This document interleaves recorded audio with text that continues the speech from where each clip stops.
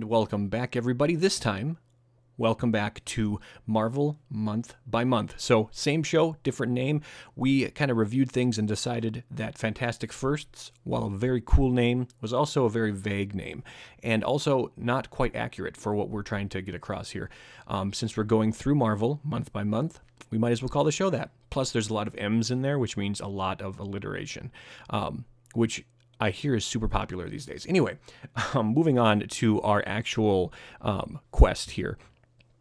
We are in June of 1940, talking about Timely Comics, of course, is the publisher at this point, and Timely leads to Atlas, which leads to Marvel. And so in June of 1940, we have issue number 3 of Mystic Comics.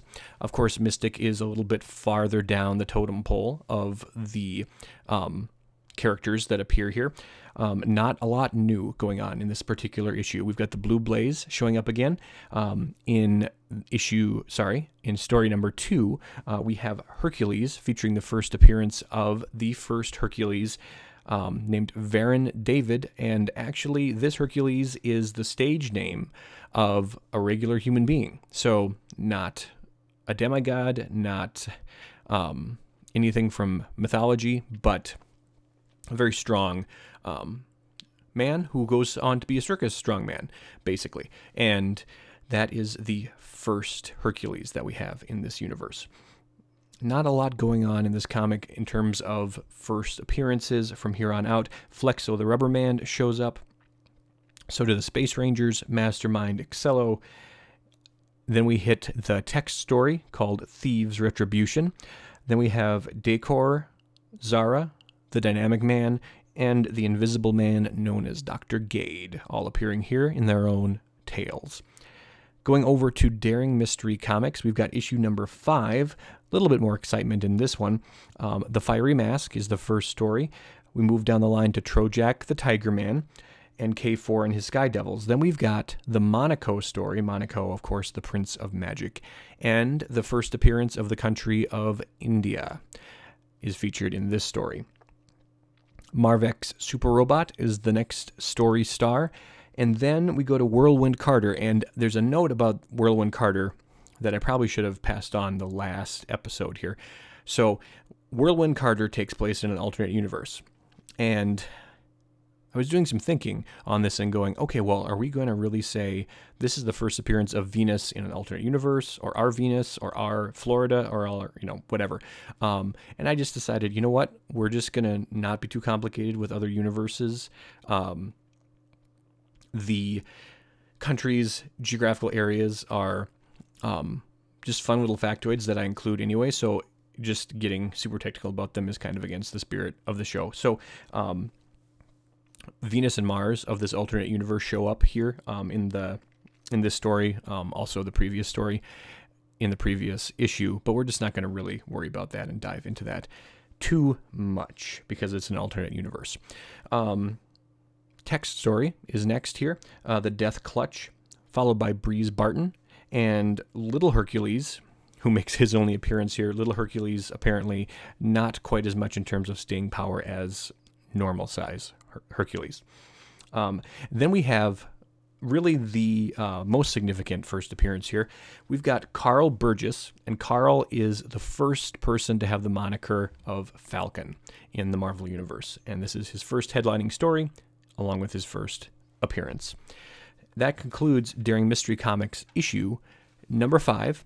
We go over to, of course, the flagship series, Marvel Mystery Comics, and issue number 8.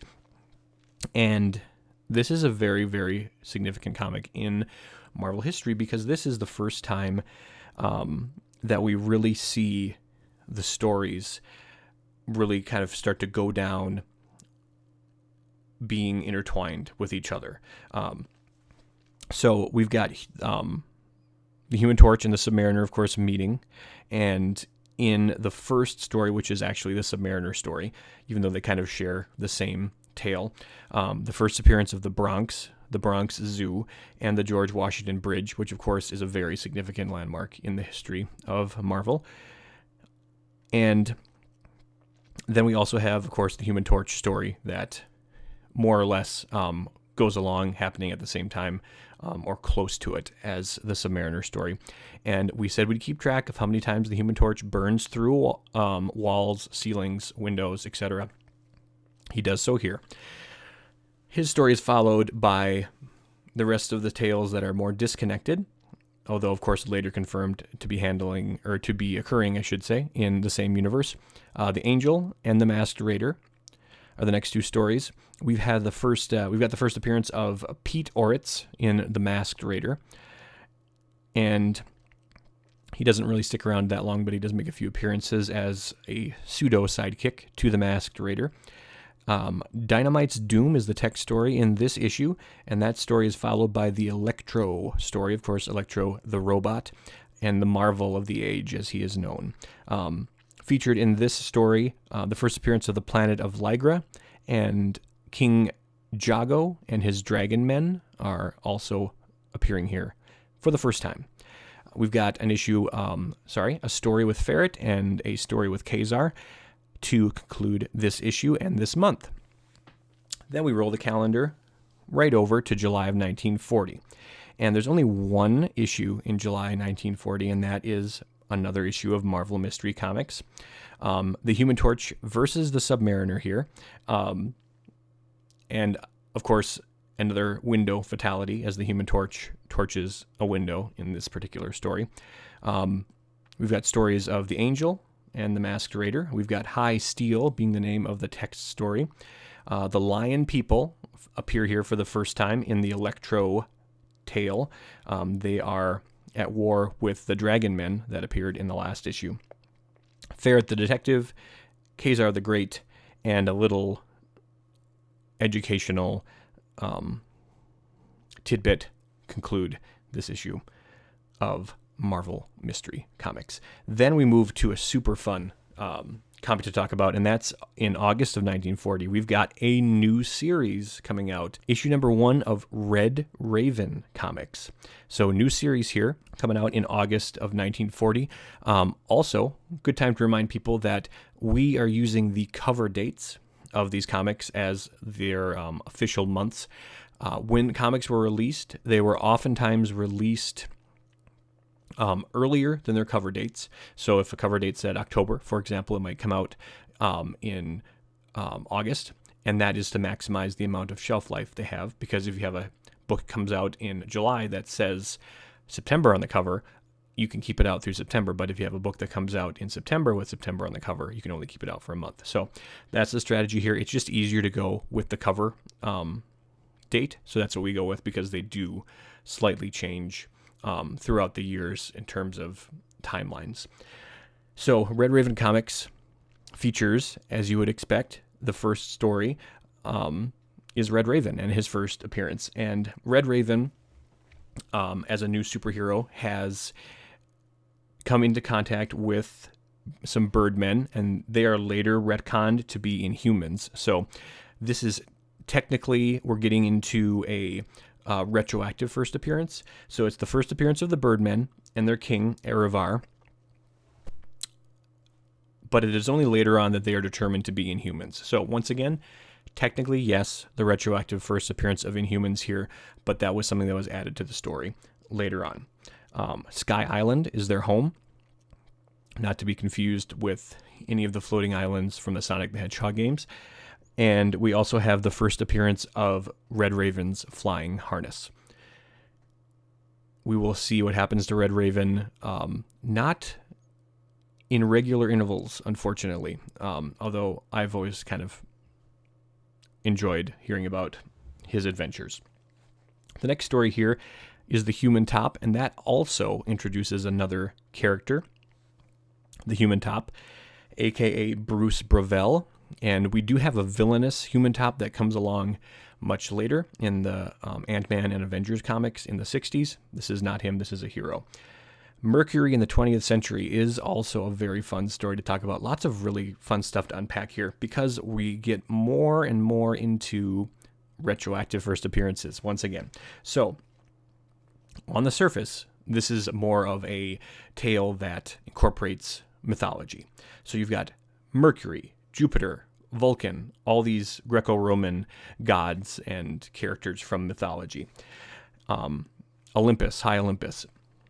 So for a while, everything was content to be that way.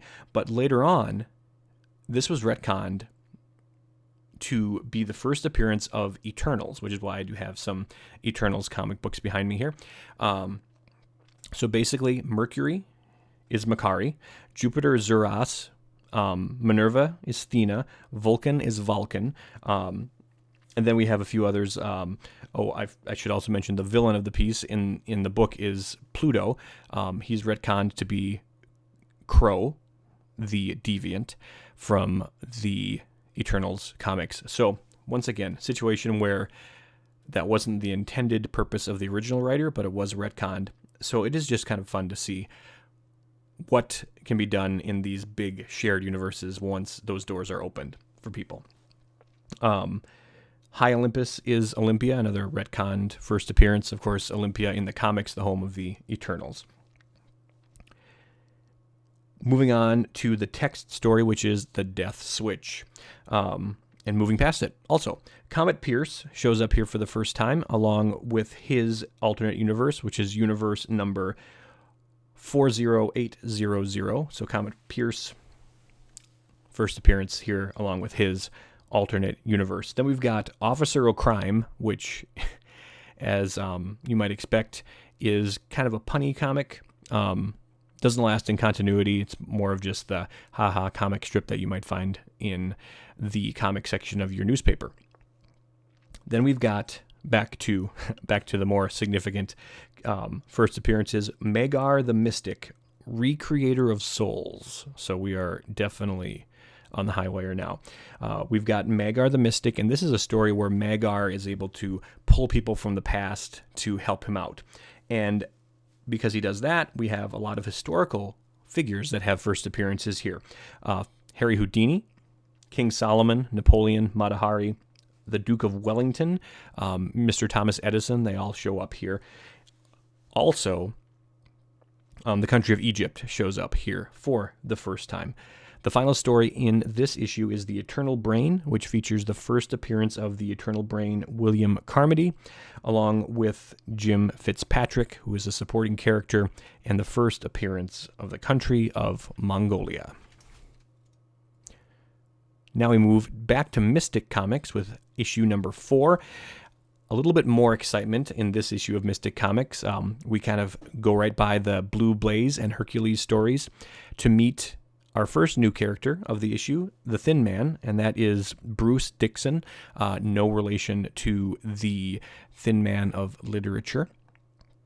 And we also have Olala, who is a supporting character here that is someone that the Thin Man runs into in his explorations of the Himalayas, which, again, little bit of a tough choice here because Himalayas showing up here.